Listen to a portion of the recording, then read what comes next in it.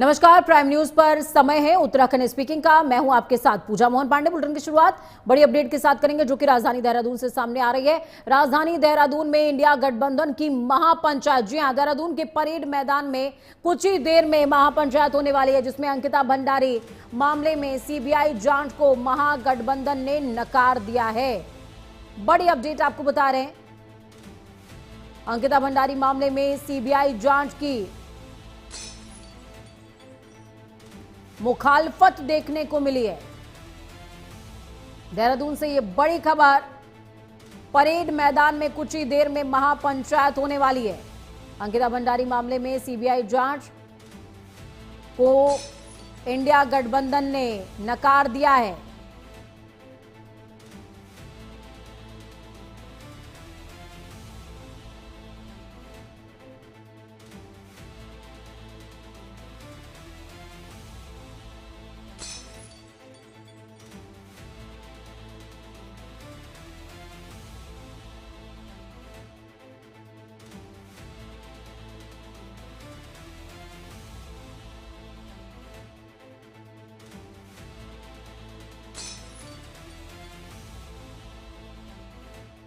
बड़ी खबर है, आईएनडीआईए गठबंधन की महापंचायत है। देहरादून के परेड मैदान में कुछ ही देर में महापंचायत होने वाली है।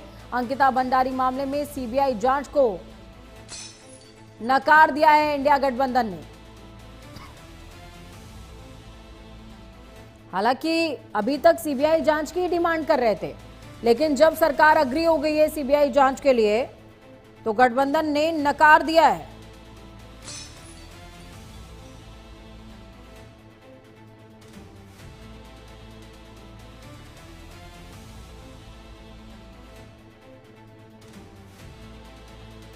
चलिए सीधे ग्राउंड जीरो का रुख करेंगे। हमारे साथ में रजनीश दीक्षित फोन लाइन पर जुड़ गए हैं।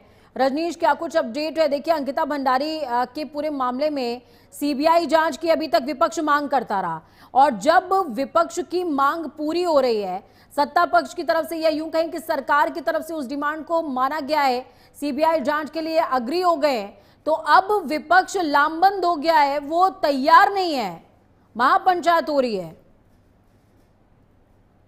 जी पूजा मोहन पांडे, मैं आपको बता दूं कि अंकिता भंडारी न्याय यात्रा मंच है जिसकी अगुवाई कर रहे हैं मोहित डिबरी। उनके साथ में इंडिया गठबंधन जो है वो पूरी तरीके से शामिल है। कांग्रेस के जितने दिग्गज नेता हैं वो सभी लोग आज इस महापंचायत को सफल बनाने को लेकर लगातार आह्वान कर रहे हैं। इसमें आपको बताएं कि जो विपक्ष है उसकी मांग यही है कि जो सीबीआई जांच की जो संस्तुति हुई है उसकी जो सुप्रीम कोर्ट के सिटिंग जज की निगरानी में होनी चाहिए, तभी वीआईपी नाम का जो खुलासा है वो होगा। बहरहाल यही मांग है जिसको लेकर आज महापंचायत का आह्वान किया गया है। और आपको बताएं कि जब ये सीबीआई जांच की संस्तुति हो गई थी, उसके बावजूद भी कांग्रेस के दिग्गज नेता सब यही कह रहे थे कि अभी भी उनकी मांग नहीं मानी गई है। जब तक सिटिंग जज से, जो सुप्रीम कोर्ट के सिटिंग जज हैं, उनकी निगरानी में सीबीआई जांच नहीं होगी, तब तक नहीं न्याय मिलेगा पहाड़ की बेटी अंकिता भंडारी को। क्योंकि आपको बताएं, जो विपक्ष का आरोप था पूजा, वो यही था कि राज्य में भी भारतीय जनता पार्टी की सरकार है और केंद्र में भी है, तो ऐसे में सीबीआई कैसे पर्दाफाश करेगी, इस बात पर भी सवालिया निशान विपक्ष लगा रहा है। बिल्कुल, विपक्ष इस बात का आरोप लगा रहा है। विपक्ष की डिमांड क्या है? वो तो देखिए, जज की बात तो सामने आ गई, लेकिन मान लीजिए जज की अध्यक्षता में भी एक बार को राजी हो जाती है सरकार, लेकिन क्या ऐसा नहीं लगता है रजनीश देख करके कि विपक्ष इसको सिर्फ मुद्दा बनाने के लिए मुद्दा बना रहा है, और अंकिता भंडारी के इर्द गिर्द, चूंकि ये इमोशनल मुद्दा है, चूंकि ये मिट्टी से जुड़ा हुआ मुद्दा है, बेटी की अस्मिता से जुड़ा हुआ मुद्दा है, तो कहीं ना कहीं सियासत के केंद्र में विपक्ष इसको रखना ही चाहता है। देखिए, कहीं ना कहीं इसमें राजनीतिक रूपरेखा देखने का प्रयास विपक्ष द्वारा किया जा रहा है लगातार। उन्होंने यही कहा कि जब पहले सीबीआई जांच की मांग को लेकर अड़े रहे सारा विपक्ष, जब सीबीआई जांच मांग मान ली गई, उसके बाद हुआ ये कि तब भी संतुष्टि नहीं हुई। उसके बावजूद भी उनका कहना था कि उनका आंदोलन लगातार जारी रहेगा जब तक सीबीआई जज की सिटिंग में इसकी जांच आगे नहीं बढ़ती है। आपको बताएं, ये पूरा राजनीतिक मुद्दा भी बन गया है, क्योंकि पहाड़ की बेटी की जो अस्मिता का सवाल है उसको लेकर जो सभी जनपदों में जो प्रदर्शन किया जा रहा था विपक्षियों के द्वारा, प्रदर्शन में खासा भीड़ जुट रही थी, जिसके बाद सरकार के दबाव में सरकार चाहती थी और इसीलिए मुख्यमंत्री पुष्कर सिंह धामी मीडिया के सामने मुखातिब हुए मुझे और उन्होंने कहा कि वो अंकिता भंडारी के माता पिता की इच्छा के अनुसार फैसला लेंगे, जो उनके माता पिता चाहेंगे वो करेंगे। तो उसके बाद उनकी आवाज से मुलाकात हुई अंकिता भंडारी के माता पिता की और उन्होंने कहा कि वो सीबीआई जांच चाहते हैं बेटी को न्याय दिलाने के लिए। जिसके बाद मुख्यमंत्री पुष्कर सिंह धामी ने सीबीआई जांच की संस्तुति कर दी। तो हालांकि राजनीतिक रोटियां सेकने का प्रयास किया जा रहा है लगातार विपक्ष के द्वारा, लेकिन अभी भी इसी मांग पर है जब तक सीबीआई जांच की जो है सिटिंग जज की अगुवाई में नहीं होगी, उसकी निगरानी में नहीं होगी, तब तक उनका आंदोलन जारी रहेगा। बिल्कुल, चलिए बहुत शुक्रिया हमारे साथ जुड़ने के लिए रजनीश, अहम जानकारी साझा करने के लिए। लेकिन जुड़े रहिए आप, क्योंकि आगामी खबरों पर आपकी जरूरत होगी। चलिए, इस बीच देहरादून से एक और बड़ी अपडेट सामने आ रही है। राजधानी देहरादून का जिक्र यहां पर करेंगे। राजधानी देहरादून में जो मामला सामने आया है, इसमें 14 फरवरी को बीजेपी कोर कमेटी की बैठक होनी है। पूर्व राष्ट्रीय अध्यक्ष जेपी नड्डा की अध्यक्षता में बैठक होगी। 1-2 दिन में कोर कमेटी की घोषणा होनी है। जिला, मंडल और बूथ स्तर तक की समीक्षा की जाएगी।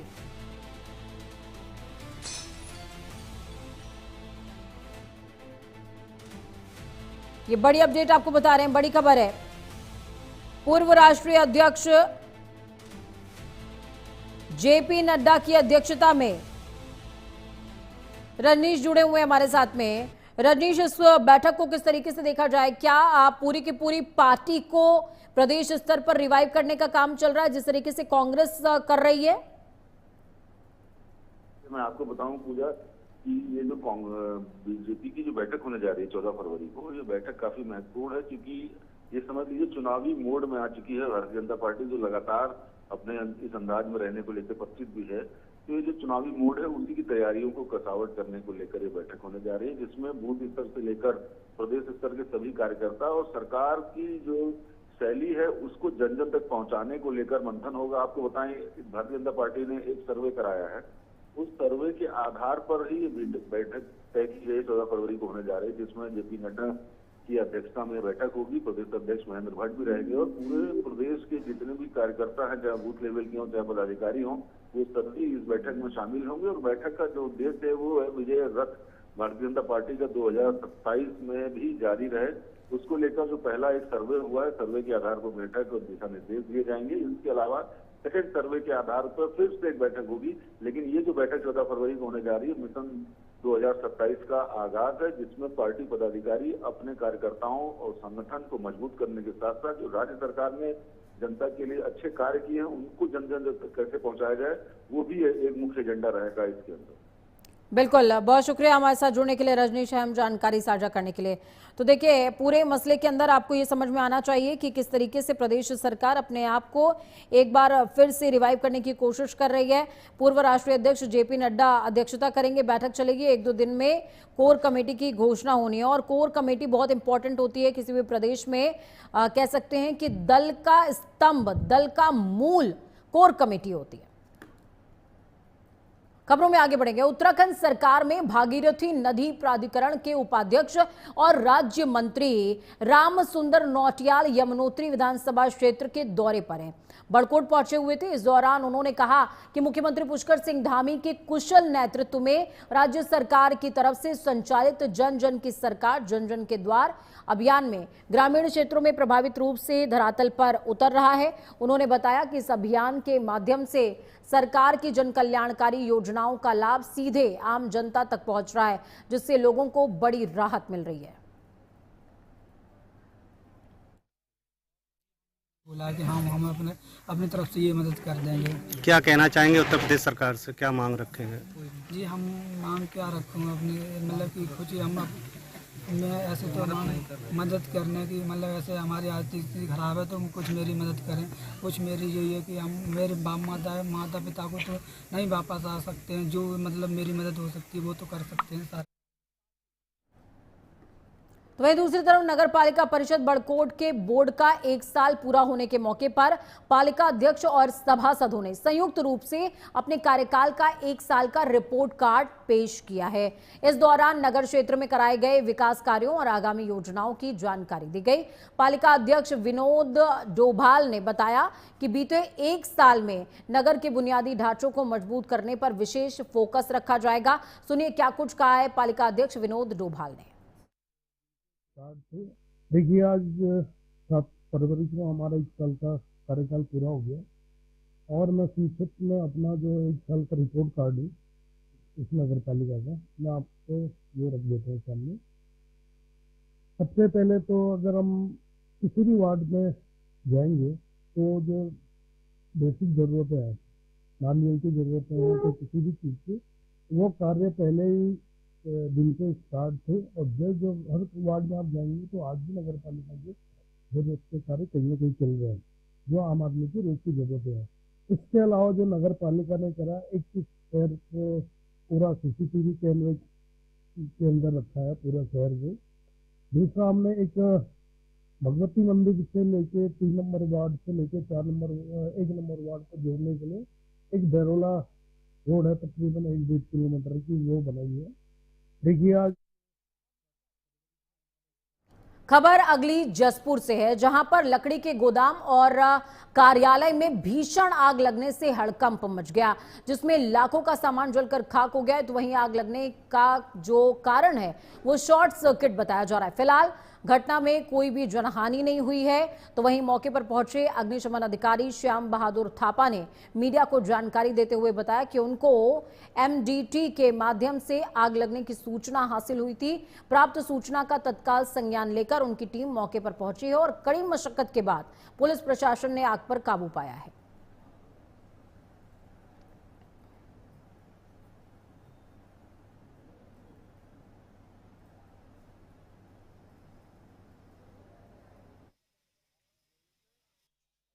हुई और वायरलेस सेट द्वारा भी और क्या कहते हैं MDT द्वारा भी सूचना प्राप्त हुई 2:29 पे जब सूचना प्राप्त हुई कि लकड़ी मंडी में आग लगी है। जब लकड़ी मंडी में हम पहुंचे तो वहाँ देखा कि नाम था जाकिर हुसैन कि लकड़ी की दुकान में आग लगी थी, जबकि काफ़ी नुकसान हो गया। आप भी देख ही रहे होंगे पीछे, तो नुकसान हुआ। तो 2:29 पे हम जैसे पहुँचे तो 2-2.5 मिनट में यहाँ पहुँच गए थे और फिर जब देखा तो हमारी 2 गाड़ियाँ उसमें लगी थी और 2 गाड़ियाँ लगी तो 2 गाड़ियों ने पूर्ण रूप से आग बुझाया और जनता के सहयोग और हमारे कोतवाली जो कर्मचारी हैं पुलिस के वो भी लगे थे। इनका सहयोग और हमारे जो जनता का सहयोग द्वारा हमने आग बुझाया, जिसमें हमारे महिला कर्मचारी थे और हमारे जो फायर सर्विस के कर्मचारी थे उनके द्वारा आग बुझा दिया। इस समय पूर्ण रूप से आग बुझ चुकी है। बस। देहरादून कैफे हमला मामला, जी हां, मामले में नया मोड़ आ गया। युवती बोली कि चापड़ नहीं करची से हमला किया गया है। पोस्टमार्टम रिपोर्ट में चोट नहीं लगने की बात कही गई थी। रिपोर्ट में युवती के नशे में होने की भी बात कही गई थी। मामले में आयुष रावत समेत अन्य पर मुकदमा दर्ज हुआ है। बड़ी अपडेट आपके साथ साझा कर रहे हैं, बड़ी खबर है। पोस्टमार्टम रिपोर्ट में चोट ना लगने की बात कही गई। रिपोर्ट में युवती के नशे में होने की बात कही गई है। मामले में आयुष रावत समेत अन्य पर मुकदमा दर्ज हुआ है। देहरादून से ये बड़ी खबर आपको बता रहे हैं। कैफे हमला मामले में नया ट्विस्ट, नया मोड़ आ गया। युवती बोली चापड़ नहीं बल्कि करची से हमला किया गया था। पोस्टमार्टम रिपोर्ट में चोट नहीं लगने की बात कही गई। रिपोर्ट में युवती के नशे में होने की बात भी कही गई थी। मामले में आयुष रावत समेत अन्य लोगों पर मुकदमा दर्ज हुआ है।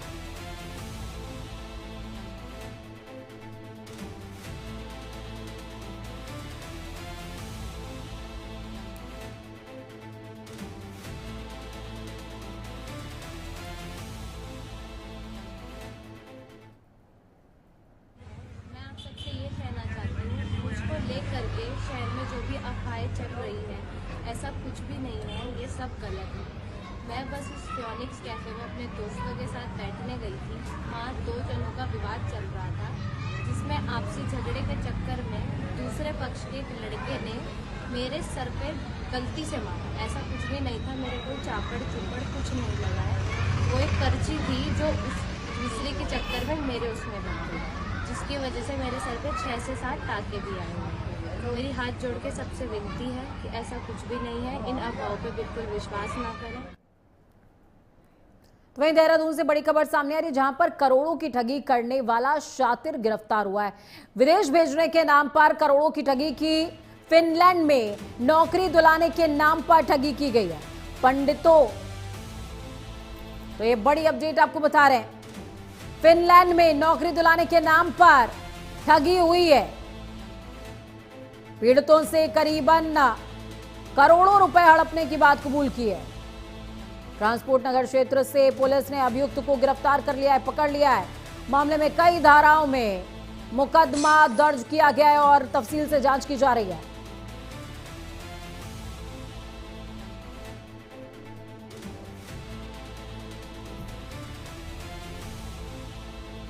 तो ये बेहद बड़ी अपडेट आपको बता रहे हैं, फिनलैंड में नौकरी दिलाने के नाम पर ठगी हुई है। पीड़ितों से करीबन कई करोड़ रुपए ठगे गए।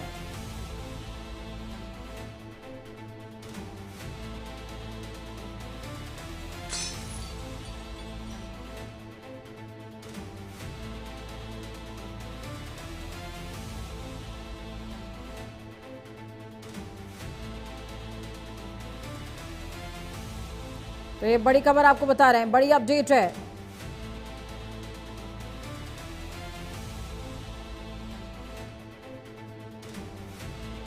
ट्रांसपोर्ट नगर क्षेत्र से पुलिस ने अभियुक्त को गिरफ्तार किया है।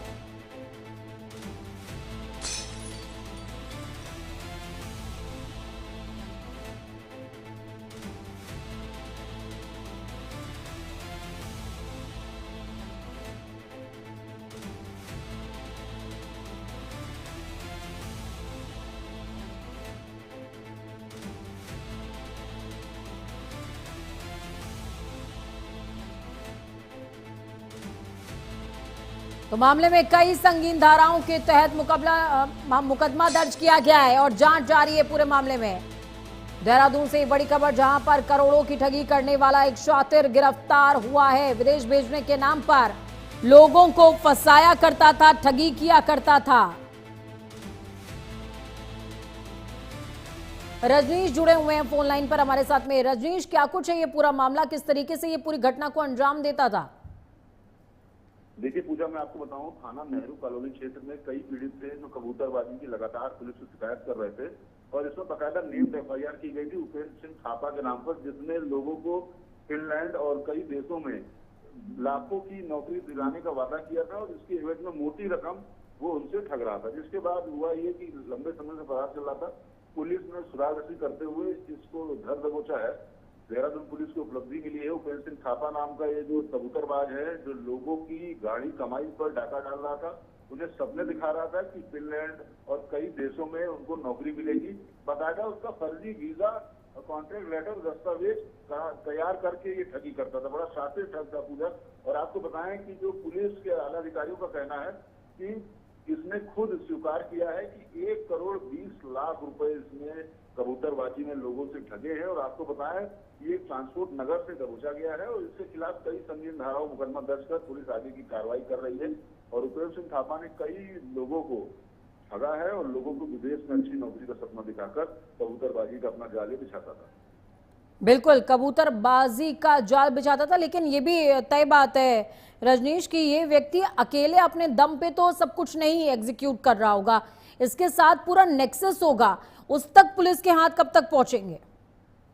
देखिए, पड़ताल जारी है, इससे पूछताछ की जा चुकी है। पूछताछ में जो सुराग मिले हैं पुलिस को, उस पर आगे पड़ताल करेगी, तार खंगालने का प्रयास करेगी। और साथ में जो ये फर्जी दस्तावेज तैयार करता था, इस दस्तावेज तैयार करने में और कौन लोग इसके साथ शामिल हैं, उन पर भी आगे की कार्रवाई की जाएगी। चलिए, बहुत शुक्रिया रजनीश हमारे साथ जुड़ने के लिए, अहम जानकारी साझा करने के लिए। अगली खबर डोईवाला से, जहां पर जवान महावीर सिंह रावत का हार्ट अटैक से निधन हो गया। ये दुखद खबर है। जी हां, आज सैन्य सम्मान के साथ उनका अंतिम संस्कार किया जाएगा। पूरे सैन्य सम्मान के साथ अंतिम संस्कार किया जाना है। जॉली ग्रांट एयरपोर्ट पर सैनिक सम्मान दिया जाएगा। डोईवाला के जॉली ग्रांट स्थित कोठारी मोहल्ले में रहने वाले 51 वर्षीय महावीर सिंह का ड्यूटी के दौरान तमिलनाडु के कोयम्बटूर में हार्ट अटैक से निधन हो गया। महावीर सिंह रावत 15 गढ़वाल राइफल में हवलदार और बाद में DSC यानी कि डिफेंस सिक्योरिटी कोर में नायक के पद पर तैनात थे। उत्तराखंड स्पीकिंग में वक्त छोटे से ब्रेक का। ब्रेक के उस पार खबरों का सफर लगातार जारी है। बने रहिए प्राइम न्यूज के साथ। नमस्कार।